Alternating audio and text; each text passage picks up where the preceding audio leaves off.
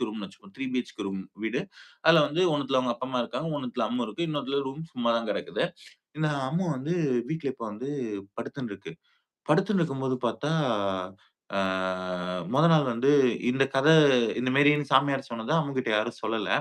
But வந்து ஒரு பேய் கத வந்து ஒரு ஊர்ல வந்து அந்த டைம்ல வந்து பரவலா பேசிட்டு இருக்காங்க. இந்த அம்முக்கு இதனால தான் பண்ணாருன்னு அவங்க அப்பா, அம்மா கிட்ட சொன்னத ஒரு 2, 3 பேர் கேட்டுருக்காங்க. அந்த டைம்ல வந்து ஒரு பேய் கத ஊர்ல பரவலா பரவின்னு இருக்கு. என்னன்னா வந்து ஒரு ஒரு ஒரு இளம்பெண் வந்து அ அ பெட்ரோல் ஊத்தி கொளுத்தி செத்துட்டாங்க. அவங்க ஆவி வந்து ஊர்ல திரியுதுன்னு ஒரு நம்பப்படுற கதை இருக்கு. எல்லாருக்குமே அதனால வந்து ராத்திரி ஒரு 11 மணிக்கு மேலலாம் வீட்ட விட்டு யாரும் வெளிய மாட்டாங்க. ஒரு பயந்த சூழல்லயே இருப்பாங்க.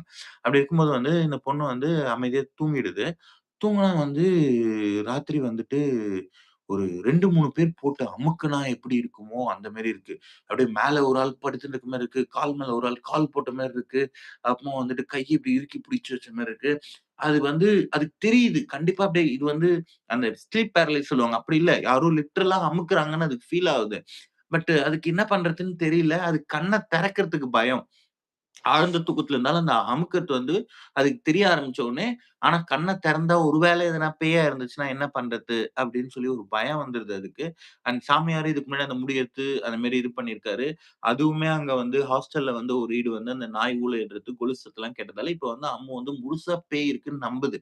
இப்படி இருக்க பட்சத்துல இந்த மாரி இருந்த உடனே அதுக்கு ஒண்ணுமே பண்ண முடியல. அதுக்கு அம்மா, அப்பான்னு கூப்பிடணும்னு வருது. ஆனா அதால கூப்பிடவும் முடியல.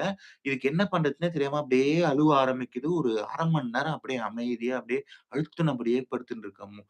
அதுக்கப்புறமா ஒரு பாயிண்ட்ல வந்து அதுக்குள்ள ஒரு மனதைரியம் வர வச்சுன்னு சடனா எந்திச்சிருது. எந்திச்சதும் குடுகுடுன்னு போய் கதவு திறந்ததும் அவங்க அம்மா போய், "அம்மா, அப்பா, அம்மா, அப்பா" அப்படின்னு கதவு தட்டுது. அவங்க அப்பா, "என்னம்மாச்சு? என்னாச்சு? ஏன்? ஏன் இப்படி ஓடி வர? என்னாச்சு?" அப்படின்னும்போது, "இல்ல என் ரூம்ல யாரோ இருக்காங்க. யாரோ அழுத்துற மாரி இருக்கு. யாரோ அழுத்துற மாரி இருக்கு. 2, 3 பேர் சேர்த்து என்ன அழுத்துற மாரி இருக்கு. எனக்கு என்னன்னு தெரியல. வாங்க வந்து பாருங்க. யாரோ இருக்காங்க, யாரோ இருக்காங்க" அப்படின்னு சொல்லுது.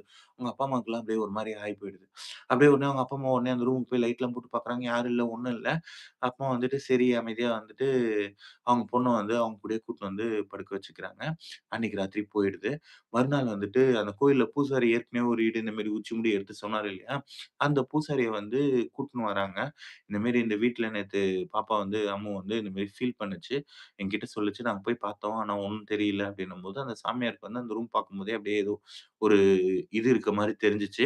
அப்பவே அந்த சாமியார் வந்து ஒரு 2, 3 தகடெல்லாம் எடுத்துட்டு வந்து வச்சுட்டு, பூஜைலாம் பண்ணி, லெமன்லாம் இது பண்ணி, தேங்காய்லாம் இது பண்ணி வச்சுட்டு, ரூம பூட்டிட்டு, இந்த ரூம் யாரும் திறக்காதீங்க, யூஸ் பண்ணாதீங்க. இன்னொரு ரூம் தான் இருக்குல்ல, அதுல வந்து பாப்பா படுத்துக்கட்டும் அப்படின்னு சொல்லிடுறாங்க. "ஏன் சாமி, என்ன சொல்லுங்க" அப்படின்னு சொன்னதுக்கு வந்து, உடனே அவரு வந்துட்டு என்ன சொல்றாருன்னா, "இந்த பில்டிங் நீங்க வாங்குனீங்கல்ல, அவங்க கட்டுனவங்க கிட்ட போய் என்னன்னு கேளுங்க. அவங்க சொல்லுவாங்க உங்களுக்கு என்னன்னு" அப்படின்னு சொல்லுவாங்க.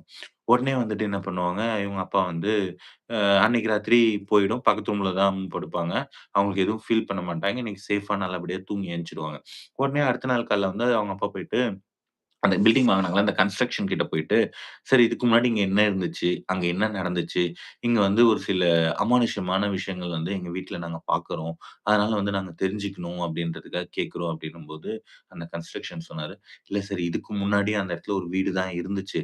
அந்த வீட்ல வந்துட்டு ஒரு 4 பேர் இருந்தாங்க. அந்த இடத்துல வந்து இப்ப அம்மு ரூம் இருக்கு பாருங்க. அந்த ரூம் இருந்த இடத்துல, பழைய வீட்ல அதே ரூம்ல ஒரு 4 பேரு கடன் பிரச்சனையால தூக்குமாட்டி செத்துருக்காங்க.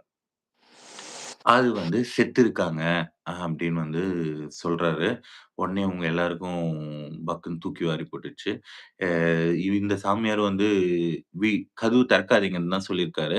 பட் அவருமே வந்து ஓட்ட முடியும் பேய அப்படின்லாம் சொல்லல. இவங்க எல்லாருக்கும் பயம் வந்துடுச்சு. என்ன பண்றதுன்னு தெரியல. அதுக்கப்புறமா வந்து அவங்க பொண்ணுக்கு வந்து ஒரு சில மந்திரம்லாம் ஓதி இது பண்ணிட்டு, அவங்க அப்பா வந்துட்டு அந்த வீட காலி பண்ணிட்டு போயிடுறாங்க கைஸ். இப்ப வந்து அம்மு வந்து முழுக்க முழுக்க பேய் இருக்குன்னு நம்புது. அ இப்பவும் வந்து ஒரு 6 மாசத்துக்கு ஒரு ஈடு, 1 வருஷத்துக்கு ஒரு ஈடு வந்து தூங்கும்போது, அந்த பேய் வந்து அழுத்துற மாரி ஃபீல் பண்ணுவாங்க. அப்படியே பட்டுன்னு பாதி தூக்கத்துல எந்திரிப்பாங்க.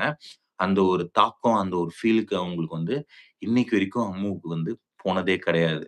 இப்ப வரைக்கும் அத ஃபீல் பண்ணிட்டு தான் இருப்பாங்க. ஒரு பேய் நம்பிக்கை இல்லாத ஒருத்தர், இப்ப வரைக்கும் பேய் நம்பிக்கையோட இருக்கிற ஒரு கதை தான் இந்த கதை. இது வந்து ஒரு கதை அல்ல, நிஜம். நம்புறவங்க நம்புங்க, நம்பாதவங்க நம்பாதீங்க. நீங்க என்ன